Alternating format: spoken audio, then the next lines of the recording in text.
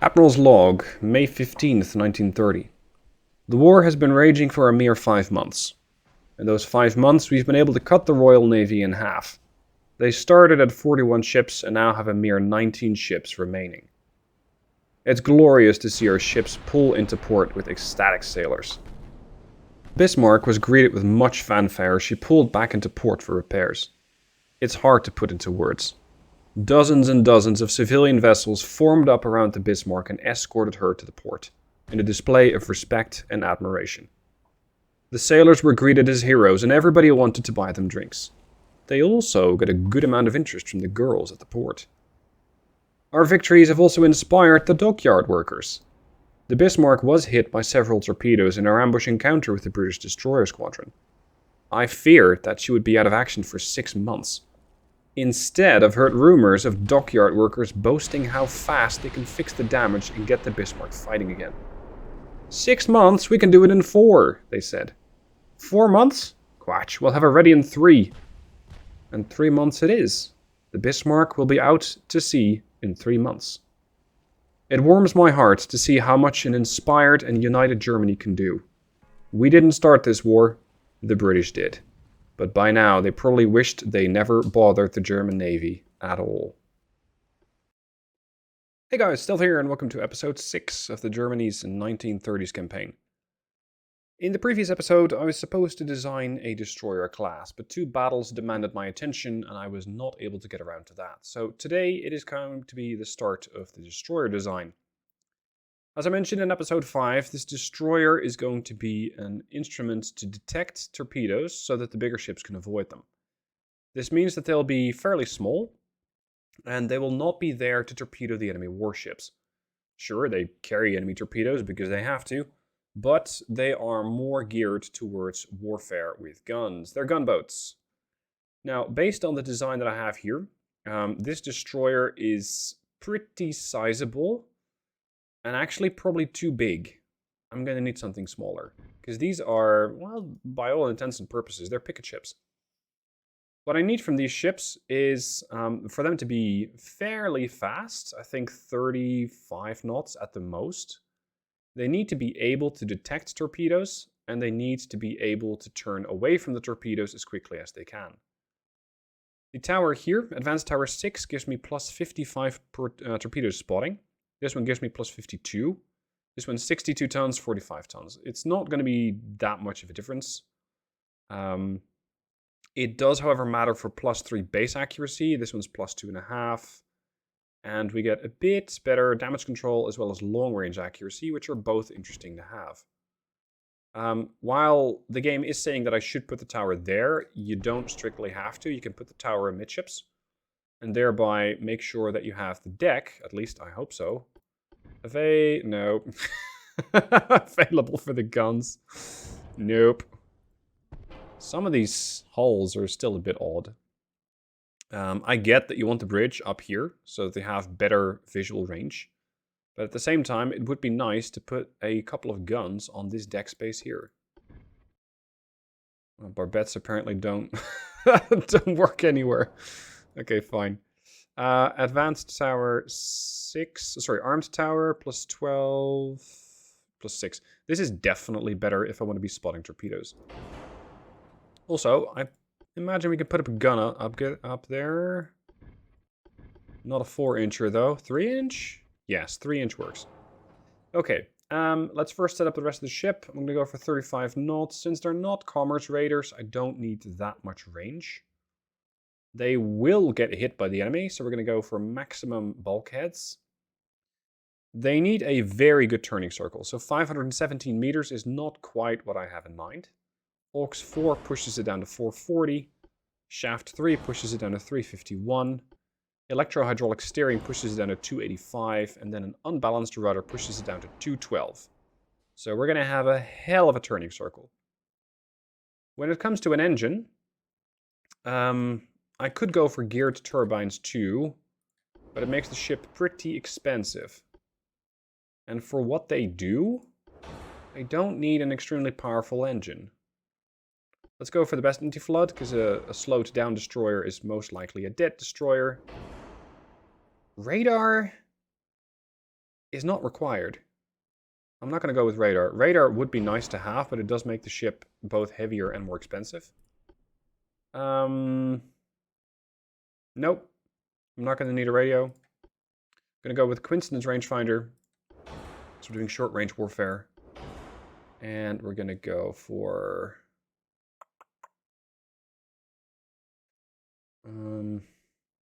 where's my Krupp armor? This saves me some displacement, but it also costs more money. No, thank you. Okay, guns. When it comes to the guns, we can use, I think, 3-inchers, basically all around. Because 3-inchers have a 7-kilometer range at best. These are Mark IV guns. I also have access to the Mark IV 5-incher out at 10-kilometer range. These reload in 18 seconds without buffs. These reload in 9 seconds. They do 11 damage versus 30. But considering I'm firing at small, fast targets, i.e. destroyers, well, actually I'm firing at destroyers and light cruisers potentially. But no. A light cruiser is too much of a risk. Because a light cruiser, especially the British ones, are armed with some serious firepower. And I am entirely uninterested in seeing that firepower up close. Alright, we're going to have to throw in some torpedo launchers. Let's just go for a dual torpedo launcher. We have a slight 4-weight offset issue. You know what, we're going to put that there. Here, single tube. That's all we need. Single tube. When it comes to engine efficiency, what do we have? 98%. I'll take that. 4-weight offset's 53%. That's not very good.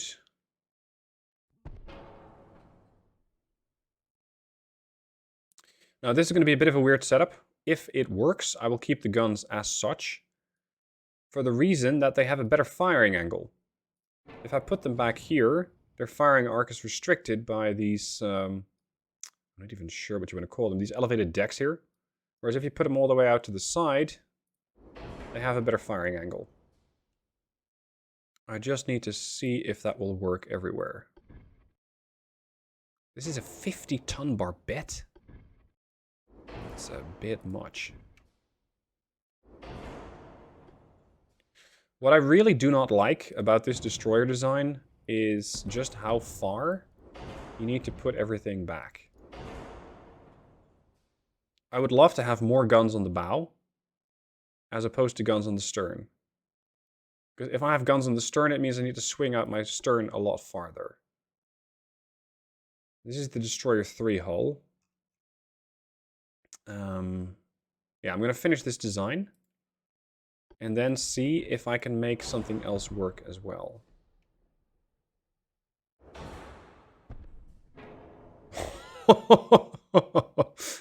%95 aft weight offset. Might be pushing it. 55. Sorry. We're going to have to put some stuff elsewhere. There we go. 0.9, that's more like it. Now these are definitely gunboats. They got 12 guns on their stern, make that 15. And that makes up for a total of 21 guns, which can probably engage the target, depending on arc. And I still have displacement left to spare. That's pretty impressive.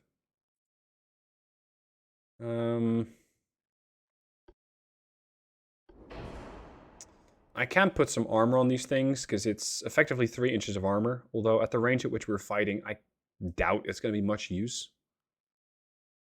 It might just be enough to arm a fuse, which is, well, really not what you want.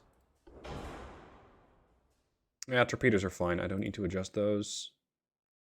High explosive shell damage without flash fire chance. Nah, we're going to go for standard shells. These ships are supposed to be escorts, so need to be fairly cheap.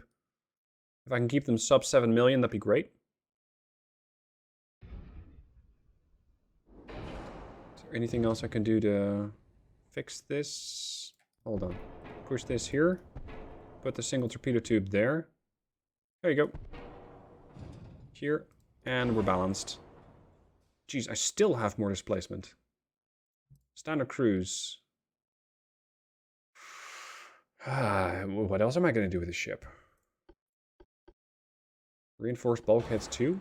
Pushes it to over 7 million. Torpedo spotting 67. Pretty good. We got the sonar 3. We got coincidence range finding. I don't really know what else I would want for this destroyer. More speed? Not strictly, because it just means that I have more of a turning circle. 210. Could lower the displacement. Up to the point where the ship is once again sub 7 million. I just need to make sure it doesn't shrink. Can we go for 1600 tons? No. 1650? 1670? 1700. There. With 1700, everything still fits, and I still have more speed. Or sorry, more displacement. Then I know what to do with. The ship is cheaper now. So we can go for the maximum protection that we can get.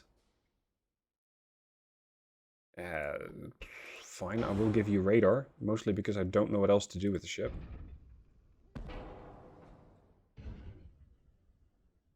There. Reload on these things is a mere 5.6 seconds. These are purebred gunboats. Let's see, that's the main belt.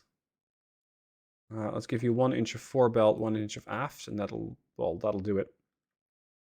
Okay, it's the V1 class of destroyers. Let's get a few of these things out there. How long is that going to take? Almost $1 million a month to build DD? Good grief. 7 months for a destroyer? Holy shit. Now, as I mentioned, I was also going to build a different class of destroyer just to see if it's feasible. No. It's not feasible. It's ridiculously expensive, but I kind of went for that. This ship is 15.5 million. That's a fairly expensive destroyer. It's going to take 9 months to give birth to. It's $500,000 in maintenance, but watch this. Its turning circle is 208 meters. But since it has a bigger hull and a different, I think, newer hull, it has access to far better torpedo spotting capability, giving me a torpedo detection range of 5.3 kilometers, whereas the V1 has 4.1 kilometer range detection for torpedoes. Oh, crap, whatever. Now, this is the Kanonen boat. I might build one just because it's fun. These ships have a ton of firepower. They have 5 3-inch triple barrels on the bow. And with that, they can put out a lot of fire. Where is my overview of the guns? Here, we got a total of 33-inch guns on this ship in various positions. We have 2 single torpedo tubes somewhere amidships and 1 dual torpedo launcher on the stern. So yes, we can even pose a threat to some other ships. These things are very expensive, maybe feasible. Considering their length, I'm surprised they have a 208 meter turning circle, which is still a little more than the turning circle for the V1 class. But then again, these things are far cheaper. This is 6.8 million. These are more than twice the price of that. Nevertheless, I do want to build one. I am not optimistic that I'll actually be able to get around to playing with them. But hey-ho, why not? Alright, let's go and have another fight, shall we? The British are asking us to sign a peace treaty. Not yet, my dear British. Not yet. I first need to sink a few more of your ships. With the Thuringia and the Admiral Dreadnoughts. Let's have a bit of play here, shall we? I didn't actually think that the Admiral's log would be this prophetic. In the sense that the British were already so heavily beaten that they're actually considering a peace treaty. But hey, if that's what they want to do, well, I might as well order some, or force them to come up with some better terms. and give me even more. In an off-screen campaign that I did, the German 1920s, I beat them, I think, in 13 months. And I think I hit them so hard that they offered me Ireland. They just offered me Ireland in reparations for the war. Which I thought was hilarious. I didn't even know they could do that. But apparently that's a thing.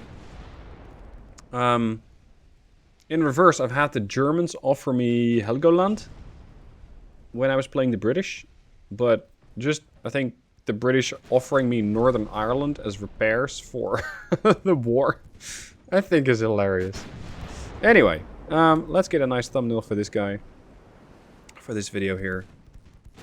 And nah, we're gonna first beat up these transports a bit. And then we're gonna sink some more of their cruisers. I would like another battleship on battleship fight. Sadly, as you heard, the Bismarck is under repairs. And might not actually be around for the next part of the war. We'll have to see how that goes. Now, this Desperate is going to be even more desperate for transport. Dead. Next is the Brisk. More or less staying behind the transports to avoid getting torpedoed by these guys. There goes the Brisk. Next is the Flying Fish, the Sardonyx, and the Sapphire. The Flying Fish is toast. Good lord, the entire ship's burning up? That must have been deadly. Now, I have put the crew training to 100%, but it doesn't really seem to be doing that much, at least not yet. Because we're still operating with cadets. On both the Admiral Scheer and the Thuringia. Got a comment the other day, by the way, saying I'm not saying Admiral Scheer right. But then the guy didn't say how I should be pronouncing it, so that was a bit confusing. We're going to hit the light cruisers up next. Slow down. And make sure we build some... build some accuracy. Torpedoes in the water. From, I think, both the Medea and the Cordelia. Did you pitch in? Not yet. Crescent range is 12.7. So most likely soon. I have had these ships... There's the torpedoes. I have had these ships on their magic torpedo dance moves, but I'm not trusting the AI again. Not with that. They just do all sorts of weird nonsense, and I'm not interested. Why is the Medea going so slow? She's 8.5 knots, but she's not that badly flooded, and she has an engine. So she's probably a little bugged. I'm kind of sad that this campaign is over so fast. I might be able to drag it out for one more episode, but that is probably the end of it. So at this rate, I think that after the destruction of these light cruisers and they're heavy, they're going to ask for peace again. I don't want to yet. I like my ships. They're good ships. Extremely deadly ships, too. Crescent just launched. We're going to turn. Dick, stop throwing torpedoes at me.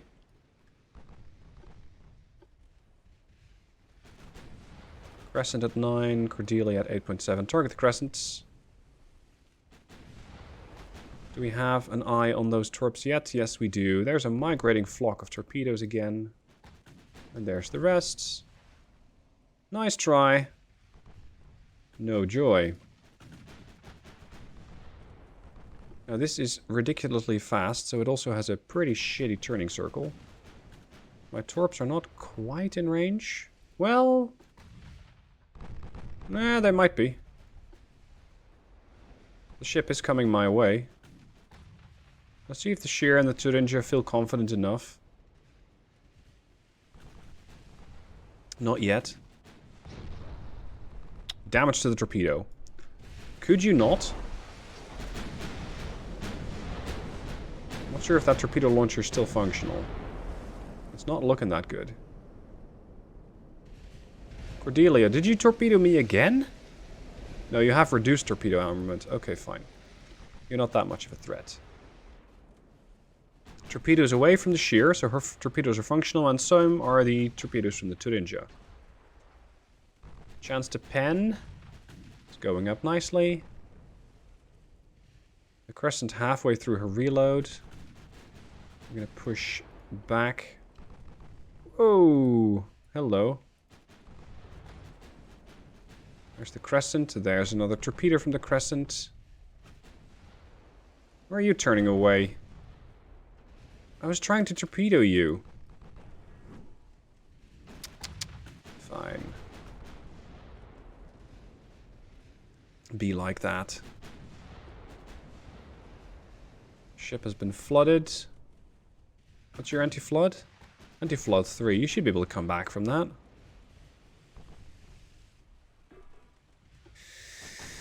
You got some fight in you. I like that. Although your 8-inch guns are not particularly dangerous to the shear, are they? No, not at all. Oh, man. The next campaign I do might just be a meme build, because these Brits are falling like flies. Sorry, dropping like flies is the saying. Load the high explosive. Torpedoes away, starboard launcher from the shear. Cordelia does have a far better turning circle, though. We can hit up their rudder, that'd be great. Oh, at this point we might not even need torpedoes. Whoops. The torpedo spotting on these ships is so much better. Sonar 3, yeah. Flooding. Have you spotted the torps yet? You should. Torpedo has a better chance to hit now with their damaged rudder. Ah, the ship's going too slow. We kind of crippled her too much. So, she's too slow for the torps to catch her. No matter. Cordelia's dead. Next!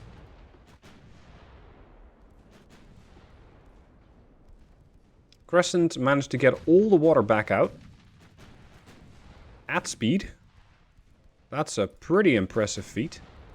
Oh, shit. Yeah. I am very concerned about getting torpedoed right in the face.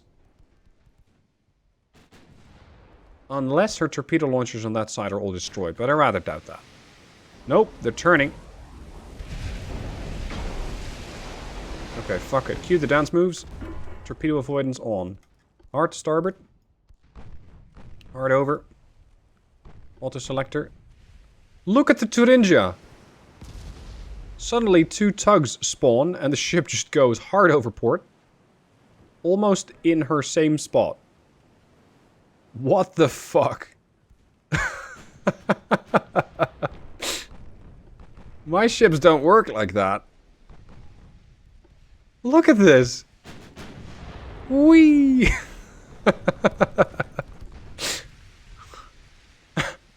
And the British go, no, you cannot dodge my torpedoes like that. And the Thuringia goes, brrr, yep. Watch this. Oh, these ships. I know I sometimes really give out against this game because of all the bugs and the AI that needs patching, but sometimes you can really have a laugh with it. Which is probably the better way of playing the game. There's the torpedo migration. Stop blowing holes in my ship. That's my job. Shear has lost 5% of her structural. And the Thuringia is still drunk. Yeah, she's pretty... Ow! She's pretty... Whoa, whoa, whoa! Calm down. She's pretty drunk. Max. Nice try that. Now don't do it again.